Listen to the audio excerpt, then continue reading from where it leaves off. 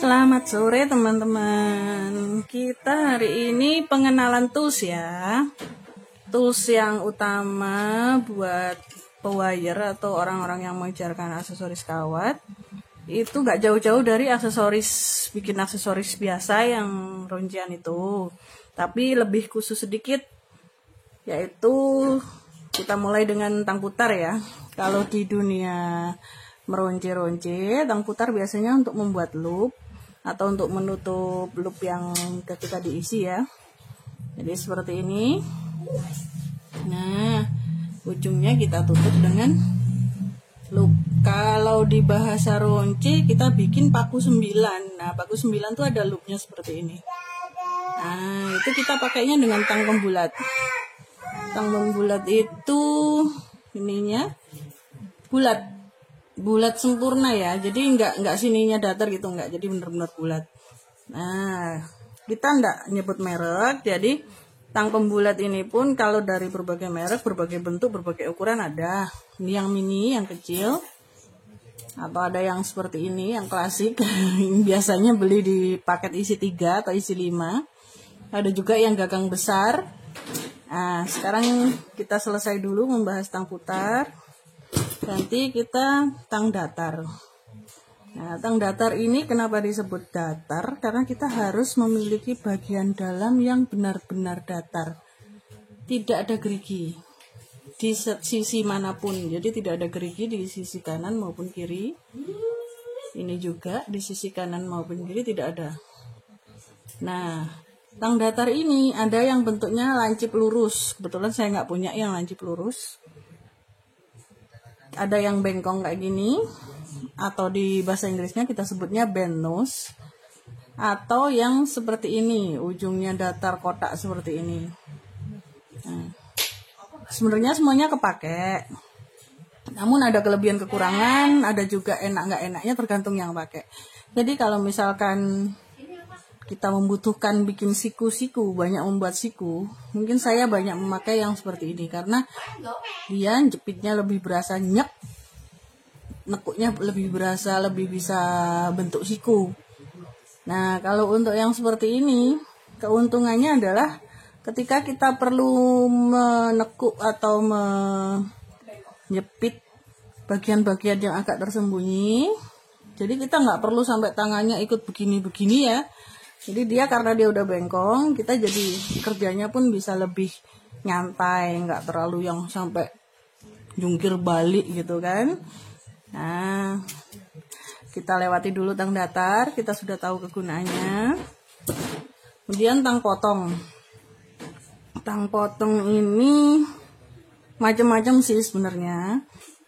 Kalau saya pakai yang besar ini, biasanya untuk motong kawat stainless atau monel.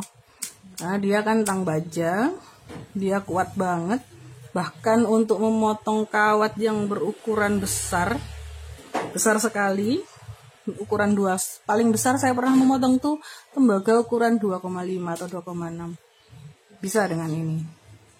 Nah, tapi kalau untuk bermain dengan kita membuat wire-wire yang hanya kecil-kecil aja, kayaknya terlalu lebay ya kita bawa tang segini beratnya kemana-mana. Dan kita bisa pakai tang seperti ini, tang micro nipper seperti ini. Dan ini banyak dijual di peralatan vapor, peralatan rokok elektronik. Biasanya orang pakai ini buat motong koilnya. Ini lumayan presisi karena dia micro nipper. Jadi hasil perpotongan lumayan lebih datar, lebih penampangnya lebih lurus daripada pakai pemotong biasa. Nah, pakai pemotong biasa juga nggak apa-apa, bisa. Atau kalau lebih kepepet lagi pakai gunting kuku juga bisa. Namun kelemahan dari gunting kuku adalah kita susah untuk mencapai sudut-sudut yang agak dalam karena bentuknya seperti itu. Jadi kita harus berada di pinggir. Jadi kalau yang untuk motong bagian dalam akan sangat susah. Kemudian ini sebenarnya bisa dibilang wajib, bisa dibilang nggak wajib. tapi akan sangat membantu sekali dalam pembuatan wire. Biasanya wire kalau dari spoolnya itu kan masih dalam lengkungan-lengkungan, atau bahkan kalau penjualnya nggak menggulung dengan bagus, itu kan lengkungannya nggak karu-karuan. Nah, kita perlu bantuan dia untuk meluruskannya. Jadi ini namanya tang nilon. Mohon maaf ini salah sian karena murnya ini saya hilang dan mau beli murnya aja ternyata susah. Nah, jadi dicepit dengan ini, serot, tinggal kita tarik kayak gini ya.